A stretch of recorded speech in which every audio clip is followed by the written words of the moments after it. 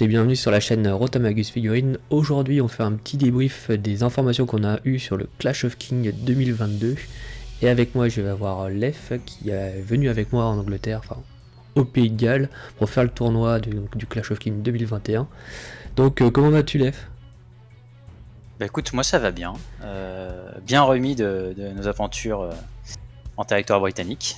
Exact. Alors, est-ce que tu peux nous dire un petit mot sur ton classement et puis sur ce que tu as pensé de ce tournoi? Le tournoi, c'est vraiment un des meilleurs tournois auxquels j'ai participé de par l'ambiance. Mes adversaires étaient vraiment adorables. On a pu commencer vendredi soir à discuter avec des personnes comme Nick Williams autour d'une bière. C'était vraiment cool.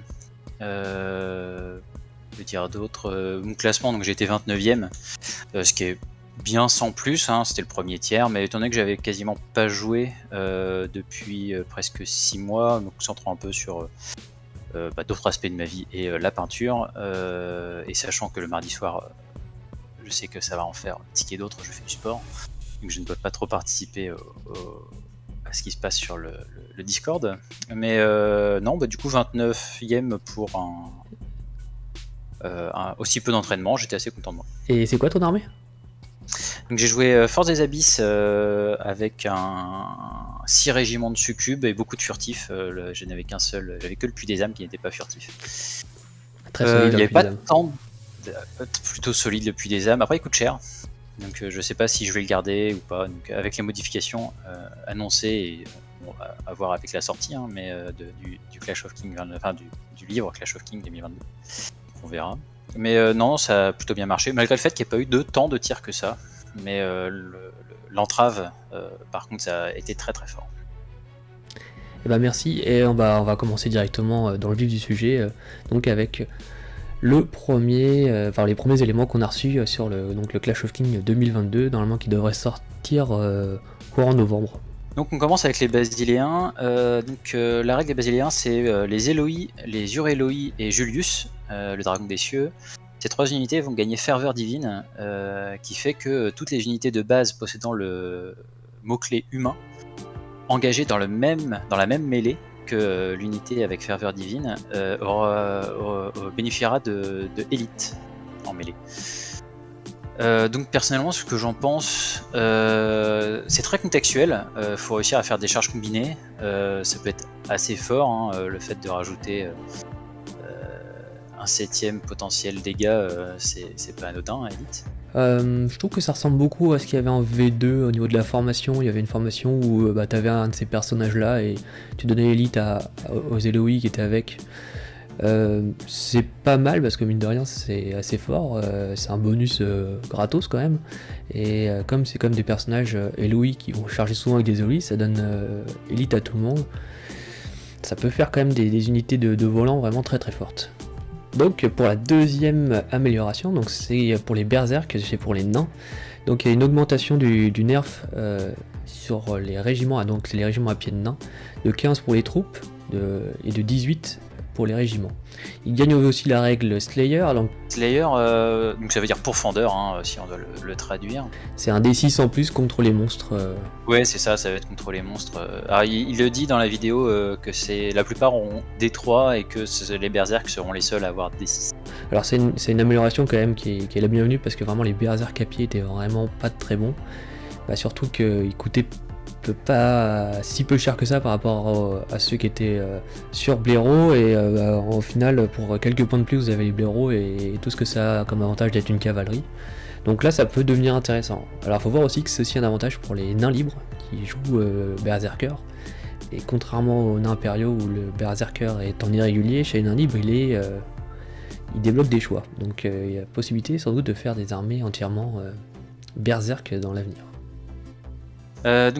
Ensuite, on va parler des archers. Donc, je suppose que ça touchera les 3 types. On va parler des elfes, excusez-moi. Je suppose que ça va parler des 3 types d'elfes. Et on va parler des archers de la lignée, donc qui eux sont modifiés. On peut pas dire améliorés dans le sens où il y a plusieurs modifications, mais il y a une amélioration du tir donc sur du 3+, sur du 4+ à la place de 5+, mais une diminution de la défense à 3+. Il y a aussi une modification du coût de l'unité, donc pour 105, 140 et 245 pour les troupes, régiments et hordes. Donc c'est une modification qui me touche beaucoup parce que en V2 je jouais elfe et j'avoue que le passage du tir à 5+, m'avait un peu refroidi. Alors je jouais pas de full tir, j'avais une ou deux hordes de tir et je trouvais que c'était un peu une perte. Donc personnellement j'aurais préféré qu'il y ait qui fasse une horde unique ou une formation autour du tir plutôt que faire cette modification là, parce que j'ai peur que des armées full tir reviennent et c'est pas forcément ce que je voudrais. Mais je pense que malgré tout c'est pas ce que j'aurais fait, mais c'est quelque chose de bien. Alors de mon point de vue, alors moi je joue nain, hein, donc je veux dire franchement je trouve que c'est lamentable. Dans le sens où il y a beaucoup d'armées qui ont beaucoup souffert des hordes de tir à 4+ sur la V2. Je pense aux vermines ou les gobelins ont vraiment beaucoup souffert. Toutes ces armées de grosses hordes ont vraiment beaucoup souffert. De les remettre à 4+, en sachant qu'ils sont élites, je trouve ça fort, vraiment très fort. Le 3+ d'armure, on s'en fout un peu en vrai, parce que souvent ils sont joués en horde et ils ont beaucoup de PV, donc c'est pas ça vraiment le vrai souci. Donc là c'est le retour des formations. Donc pour ceux qui n'ont pas connu la V2, en V2 il y avait beaucoup de formations, donc là visiblement il y aura une formation par armée. Donc là c'est la formation de l'Alliance du Nord, donc c'est une formation autour de Orlaf. Orlaf c'est un personnage unique de l'Alliance du Nord. Donc dans cette formation vous pouvez prendre 2 régiments d'hommes des clans plus Orlaf le barbare. Donc il faut que ce soit les hommes des clans avec l'arme à 2 mains. Et donc à partir de là ils ont tous le mot-clé berserk. Ils gagnent tous vicieux au corps à corps. Et Orlaf gagne aura, donc pourfendeur D3. Donc sur un D3 vous gagnez un des 3 attaques en plus sur tout ce qui est monstre, cavalerie monstrueuse, etc. Et sur les berserkers on dit, alors donc seulement les berserkers. Alors sur cette formation, bon, c'est pas mal. Alors après 45 points c'est pas beaucoup non plus. Il faut voir aussi qu'il y a aussi dans l'Alliance du Nord il y a les berserkers demi-elfes qui sont pas mal. De rajouter des attaques c'est toujours bien. J'aurais aimé moi personnellement, les berserkers souvent ils sont représentés en n'ayant pas de seuil de morale pour être ébranlé. Là visiblement ce sera quand même des hommes des clans avec un seuil de morale ébranlé berserker, donc ça peut être un peu dommage. Ça c'est pas mal, après je ne sais pas si ce sera si bien que ça. Donc dans les forces de la nature il va y avoir une nouvelle unité. Donc c'est des naïades, de la grosse cavalerie monstrueuse naïade. Alors ils sont que dans les forces de la nature, visiblement ils vont pas être dans les naïades, donc c'est peut-être un peu dommage pour les naïades. Alors vraiment très solide avec force 1, éclaireur, régénération 4+, et charge 2. Donc ça va vraiment tabasser. On peut retrouver ça dans pas mal d'unités, ça ressemble un peu à la garde d'honneur dans la Ligue Rodia. Par contre 15-17 régénération 4+, c'est vraiment pas mal. Donc une très très bonne unité pour les forces de la nature. Donc côté ogre, on a l'ajout du mammouth, enfin une modification pardon du mammouth, donc qui gagne le mot-clé, enfin la règle carnage, qui marche comme pourfendeur, donc on a parlé plus tôt. Carnage, donc qui va rajouter un D6 en mêlée contre l'infanterie. Le mammouth a aussi le potentiel d'être amélioré. Alors en anglais c'est The Big Deal, donc le gros truc, je sais pas comment. C'est un truc de la gaffe, c'est le Big Deal. Oui, on pourrait voir ça comme ça, mais je suis pas sûr le jour où je vois un mammouth avec une tête de la gaffe en face de moi, je pense que je lui paye une bière tout de suite. Et donc ce bonus, cette amélioration pour 30 points, elle va modifier le brutal à brutal 2. Pour le mammouth et lui rajouter très inspirant ainsi l'appel des grandeurs, l'appel de la grandeur comme règle spéciale. Et cette règle spéciale fait que au début de la phase de mêlée, on pourra sélectionner une unité de base ogre à 12 pouces sans ligne de vue. Et cette unité aura un bonus de +1 en brutal. À ma connaissance, ils sont tous brutal, l'unité sera brutal 2. Eh bah de mon côté, j'ai souvent entendu les joueurs ogres dire que le mammouth ne servait à rien, et là, pour une fois, Ah, déjà pour une fois j'étais d'accord avec vous, mais là, pour une fois, il va servir à quelque chose.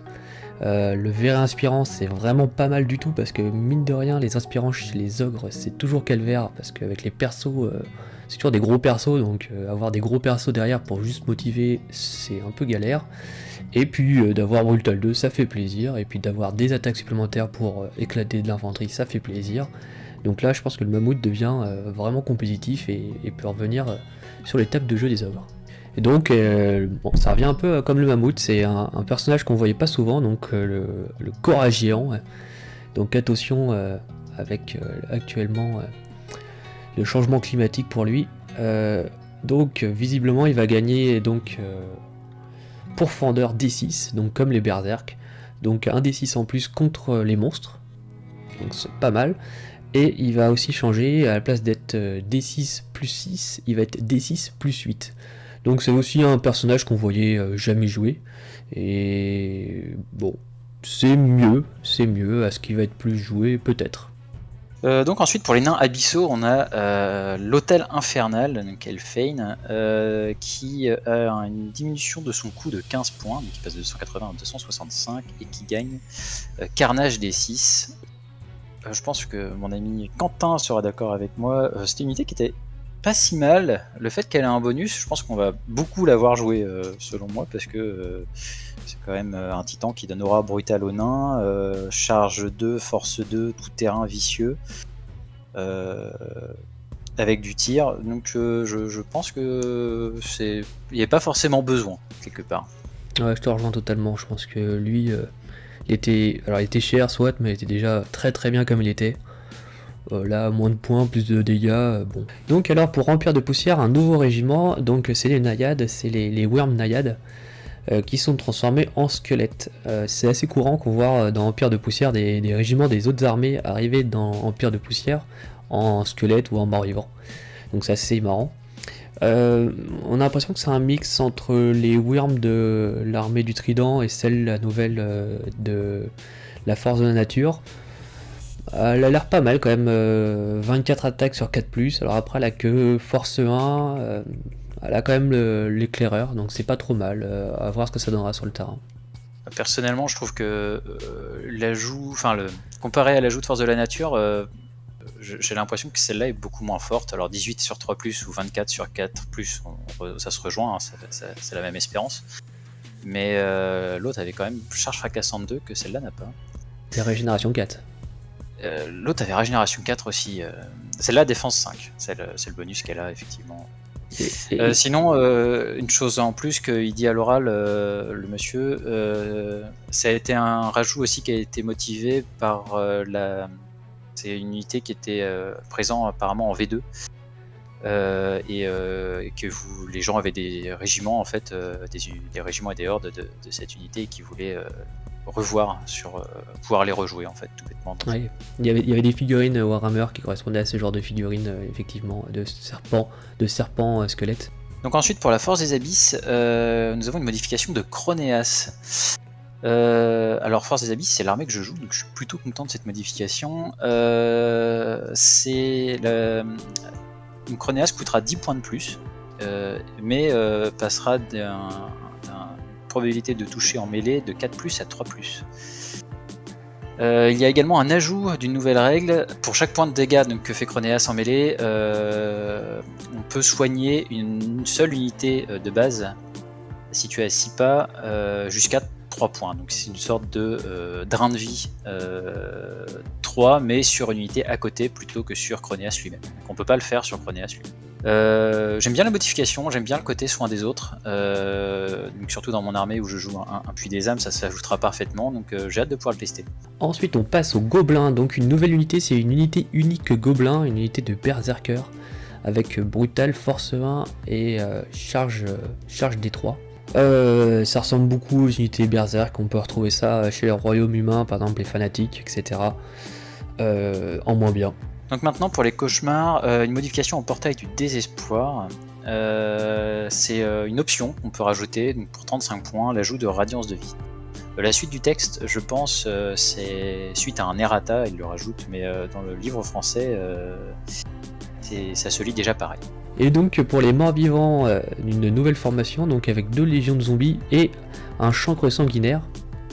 Donc dans cette formation à 25 points, les zombies gagnent phalange et volonté de fer, donc ça regagne un point de vie si tu loupes ton test de commandement pour les tuer.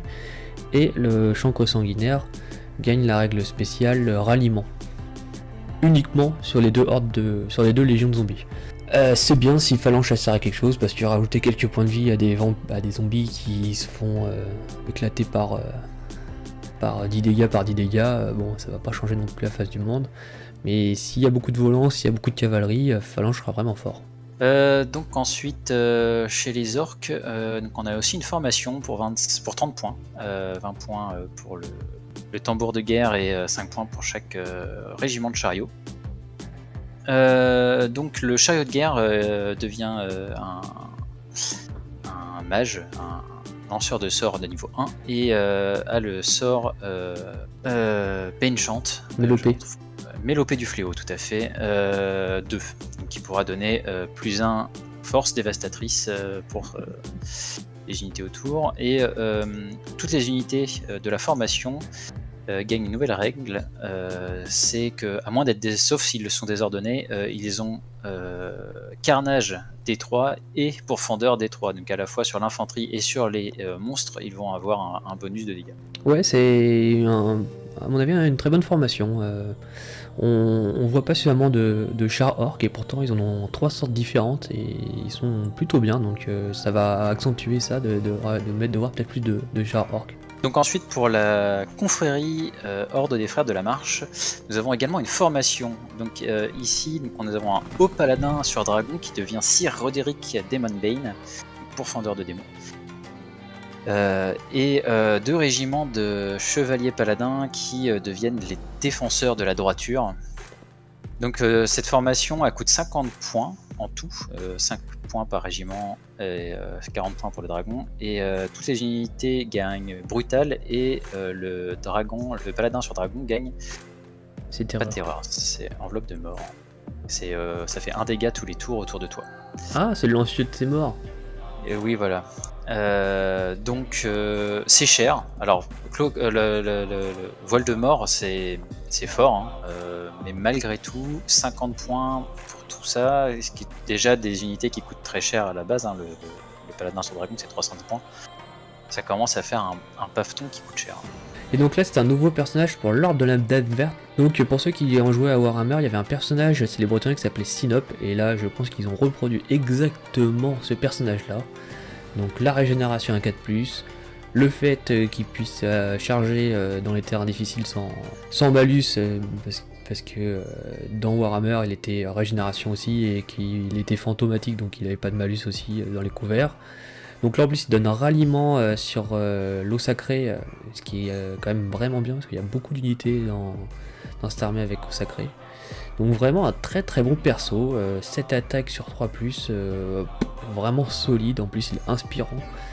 Vous mettez ça au milieu de votre cavalerie, je peux vous dire que ça c'est assez sympathique et dur à tuer. Alors là c'est pour les nains libres, donc forcément c'est moi qui le fais, l'amour du nain libre, l'amour de la 3ème place. Donc là c'est une option en plus pour les nains libres, donc c'est les berserks sur blaireau, qui peuvent avoir éclaireur pour 10 points pour la troupe et 15 points pour le régiment. Donc déjà, premièrement, éclaireur c'est très bien sur la cavalerie, et deuxièmement c'est pas cher. Je pense que c'est presque une option à prendre de base, je vois pas pourquoi ne pas la prendre. Ensuite il faut voir que l'armée nain libre, il y a beaucoup d'éclaireurs, donc en soi on pourrait se dire oui, bah comme presque toute l'armée est éclaireur, est-ce qu'il y a vraiment besoin d'avoir éclaireur sur la cavalerie, et moi je dis oui. Donc ensuite pour les salamandres, nous avons l'ajout d'une règle spéciale pour Flamme Ardente, donc personnage unique. Cette règle c'est que tant qu'il est présent dans une armée, les corsaires ne sont plus irréguliers. Et donc on pourrait éventuellement faire une armée basée sur des corsaires.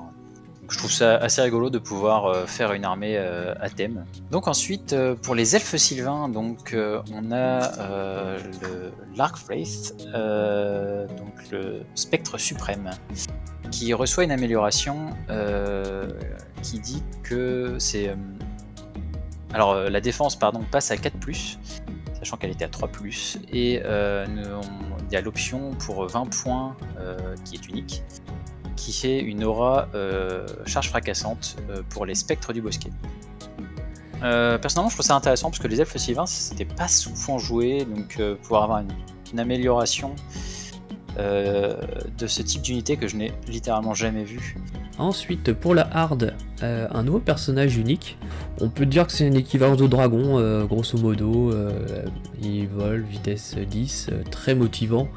On retrouve à peu près toutes les caractéristiques d'un dragon classique. C'est vrai que ça pouvait manquer dans la hard d'avoir ce genre de gros volant. Donc là, franchement, je pense que c'est la meilleure entrée qu'on va voir. C'est pour le royaume des hommes, le monarque. Là, ça rigole plus. Enfin, un vrai personnage unique chez Royaume des Hommes, un truc vraiment badass. On se retrouve donc avec un gros titan monstre. Très inspirant, force dévastatrice 3, 10 attaques, mouvement sec sur 3+. Donc très solide. Et surtout, c'est il peut choisir une option. Donc soit il gagne ralliement 2 sur toute la partie chevalier, soit il a vicieux sur tous les berserk, soit il a pourfendeur 3, donc c'est même pas D3, c'est pourfendeur 3. Je me permets aussi de rajouter que, en plus de ces améliorations à choisir, il y a l'amélioration pour lui donner des ailes, donc, qui booste sa vitesse à 10 et lui permet de voler et d'être agile. Ouais, alors je suis d'accord avec toi, mais 50 points c'est pas donné, et puis surtout si derrière tu prends une aura, comme il n'y a pas de volant dans le royaume des humains, au final, si tu prends une aura, t'es obligé de rester à pied à côté d'eux, quoi. Par exemple, à côté des berserkers, c'est top. Ah oui, à noter aussi, quand vous jouez les auras, si vous n'avez pas le nom vicieux, par exemple, donc là pour l'aura vicieux des berserkers, vous voyez que Monarque n'a pas le nom berserker, et pourtant il peut avoir vicieux, étant donné que celui qui possède l'aura a forcément le bénéfice de l'aura. Moi je trouve que c'est très bien, et ça peut vraiment renforcer la ligne de combat du royaume humain, et il y a vraiment des belles unités, que ce soit en chevalier ou en berserker, qui peuvent vraiment en profiter. Donc ensuite pour la ligue de Rodia, et non pas les halflings, les alflins, ici nous avons une formation qui s'appelle les loyalistes, pour donc 2 hordes de combattants alflins, 2 troupes de chevaliers alflins et pour un sergent-chef alflin. Donc tous les unités de cette formation gagnent volonté de fer et acharné. Et de plus, le sergent-chef gagne aura élite mêlée pour les halflings. Donc ça marchera également pour les halflings en dehors de la formation. Le tout pour 50 points. Donc pour l'instant, Ligue de Rodia, j'en ai pas vu beaucoup. Et même si c'est toujours intéressant les formations, je suis pas sûr que cette formation nous aide à les voir plus souvent. Bah, la Ligue Rodia c'est une bonne armée, mais les halflings dans la Ligue Rodia sont nuls, faut l'avouer, ils ont que mouvement 4 par rapport aux halflings dans la liste halfling. Ils sont moins bien. Là, tu payes un peu plus cher pour avoir un truc qui était déjà pas bien, un petit peu mieux. Aucun intérêt. Les humains dans la liste la Ligue Rodia sont toujours mieux, donc aucun intérêt. Enfin, je pense pas que ce soit joué. Donc ensuite, pour les vermines, donc nous avons une modification du rat monstre mutant, donc qui perd le mot-clé ventre sur pattes, et qui a une nouvelle règle spéciale que les unités amies type vermine, mais pas abomination, regagnent D3 points de vie à la place d'un seul de la radiance de vie de cette unité. Donc je suppose que ça va aussi avec une modification de la radiance de vie de l'unité qui est actuellement radiance de vie nuisible, donc je suppose que ça sera aussi radiance de vie vermine. Donc c'est un gros buff de l'unité si c'est le cas, et si j'ai bien saisi la règle. Moi je pense que le rat monstre mutant était un petit peu joué pour son côté très solide dans l'armée vermine, mais c'est vrai que la radiance de vie était vraiment anecdotique parce que nuisible, bah il y avait qu'une unité qui était nuisible et n'était pas forcément très jouée, donc là c'est vraiment bien. Et puis cette idée de D3 sur l'armée vermine, c'est intéressant, j'aime bien ce côté un petit peu aléatoire, et c'est agréable. Vraiment je pense qu'il va être vraiment plus joué, et il mériterait d'être plus joué à mon avis. Ok, donc ensuite pour les vermines esclaves, nous avons une nouvelle unité, donc c'est un char, et qui a une charge D3, donc ce qui peut être intéressant en termes de portée. Mais ce qui est intéressant surtout, c'est qu'il a une règle spéciale, bélier, qui veut dire bélier quelque chose. C'est une fois par tour, l'unité peut après avoir triomphé d'un combat, faire un overrun. Donc ce qui se passe sur les individuels, c'est quand on court tout droit d'un des 6, si on touche après avoir tué un individuel, on peut engager un nouveau combat contre ce qu'on rencontre. Et là, cette unité, enfin ce héros pourra le faire même contre des unités. Je trouve ça rigolo et ça fait vraiment le côté, ça va dans l'idée char. C'est quelque chose qui me plaît bien. Donc après, le problème, c'est que avancer d'un D6, toucher quelque chose derrière, faut avoir un peu de chance sur le D6 parce que si c'est une horde, faut arriver de l'autre côté de la horde. Mais j'aime bien l'idée. Et pour 210 points, je trouve que c'est presque à prendre automatiquement. Alors ouais, je trouve que déjà il porte bien son nom, hein, en pâleur, déjà.